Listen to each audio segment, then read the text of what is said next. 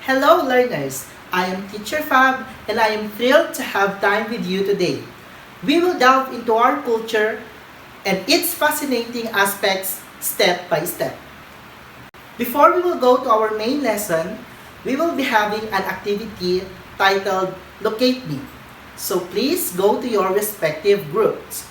I will be flashing a map of Ilocos Norte with Cartesian coordinate plane. You will be looking for the places of the different festivals present in Ilocos Norte through the ordered pairs that I will be giving. You will only be given 10 seconds to write your answers. So here is an image of the map of Ilocos Norte with Cartesian plane. Always remember that a Cartesian plane has two axes, your x-axis and your y-axis. The plane also consists of four quadrants. The first quadrant is where the both positive numbers or pair lies in. The second quadrant consists of both the negative and the positive signs. If the first number has a negative sign and the second number has a positive sign, then this pair lies in the second quadrant. The third quadrant is where both negative signs lie in. Lastly, the fourth quadrant. If the first number has a positive sign and the last number has a negative sign, then this pair lies on the fourth quadrant. So let's get started. So the first festival that we will be looking is the Empanada Festival. So your ordered pair is -2 and -6. Your timer starts now.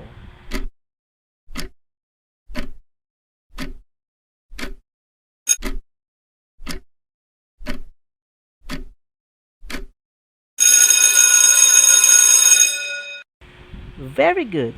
It is City of Batak. We will now go to the next festival, which is the Pinagwawagi Festival. Where can we find this festival? It is located on the pair 4 and 6. Your timer starts now.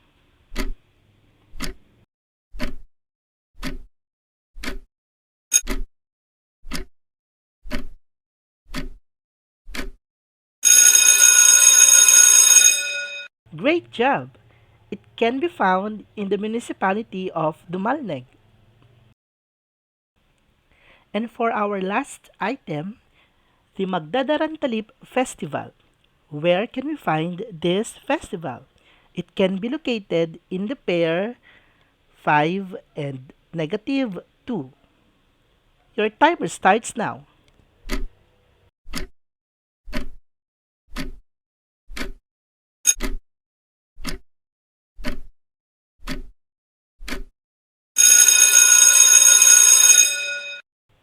Very good.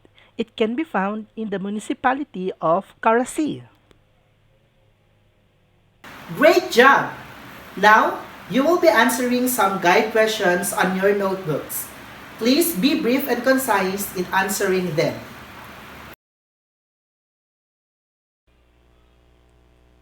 So the question is, how do festivals bring together people from different backgrounds?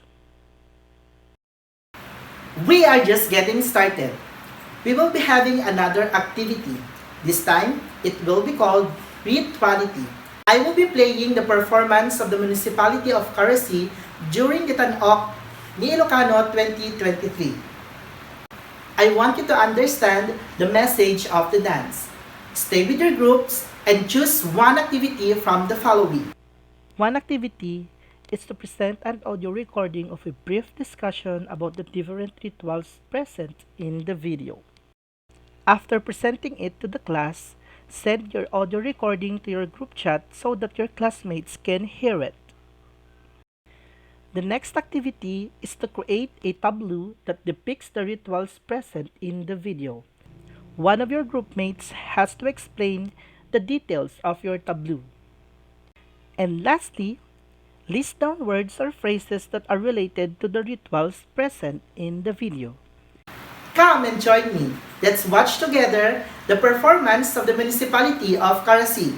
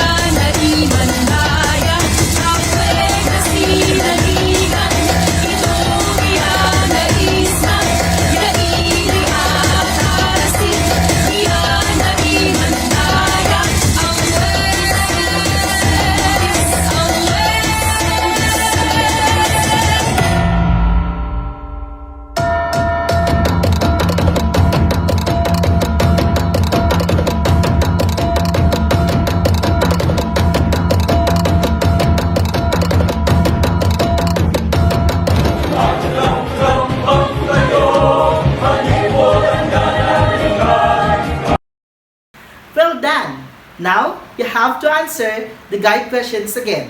Write your answers on your notebook. So the question is, how did the video deepen your understanding on the culture of Ilocos Norte? Keep your fire burning as we go to another activity. It will be called Family Feud. Your teacher will be flashing the template of Family Feud and will explain the mechanics of the game. He or she will be asking activities that you do on a wedding, birthday, or funeral. Are you ready? Let's get the ball rolling.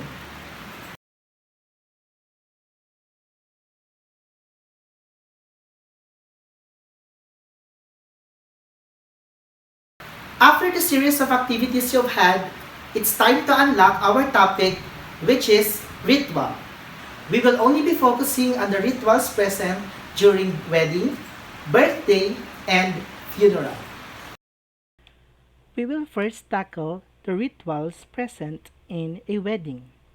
In Ilocano tradition, there is what we call danon, or in Filipino, pumanhik. During a danon, there is a basi, or a domestic wine extracted from sugar cane. The suitor's parents normally meet with the girl's parents and agree upon dowry and the arrangement for the wedding. Basi is a very strong tool to influence betrothal. In Ilocano, they always say, no adaarak mo, dumanon ka. In English translation, if you have wine, you can negotiate. During the negotiations, both parties sit in a burimat with the basi at the center. The very ritual of drinking basi from the same cup is simply a symbolic act of communion and strong family ties. There is what we call mano, means kissing the parent's hand. Before the bridegroom and the bride leave their house for the church, a simple rite in each home may be observed. They may do the mano as a gesture of respect, reverence, and love to their parents. Parents in turn bless their children by tracing the sign of the cross on their foreheads with simple invocation, Diyos ti mga asi. In English translation, may God show kindness on you. Next is funeral. The Ilocanos have this tradition called gulgol. It is a cleansing ceremony and is considered a living tradition of the Ilocanos that has survived in modern times. It is a tawid or an inheritance from their forefathers and transferred from generation to generation. Gulgol is customarily done in the morning after the burial of a departed loved one. The immediate family members gather together in a nearby river or seaside to perform the ritual. A bundle of arutang or rice stalk, sugarcane vinegar, gawed or betel nut, and small rolled Virginia tobacco called pinadis are prepared for the ceremony. The family members burn the arutang, after which the mangluwalo or the prayer warrior performs the ceremony by pouring the water with vinegar over the head of each family member. The gawed and the pinatis will then be offered during the ritual. The ceremony is done in a shallow part of the river. The family members are instructed to remove their clothes and to throw them into the river, allowing the current to carry away their clothes. And the last one is during birth. The Ilocanos have also what we call bunyag tisirok tilato. If the child is sickly and the native way of baptism is done, the baby is given a new name despite his Christian name. They get the name of a dead grandparent and they will call this name Nagan Tisirok Tilatok, which means name under the plate. We are almost done, and I want you to give your 100% participation on this next activity. It will be called Ready, Set, Go. Your teacher will be placing a huge game board on the floor and will be providing a huge dice. Some of the tiles have challenge spaces and mastery spaces. When you step in a challenge space, you should perform what is being asked. And if you land on the mastery spaces, you have to answer questions that are related to our topic. Buckle up and let's get started.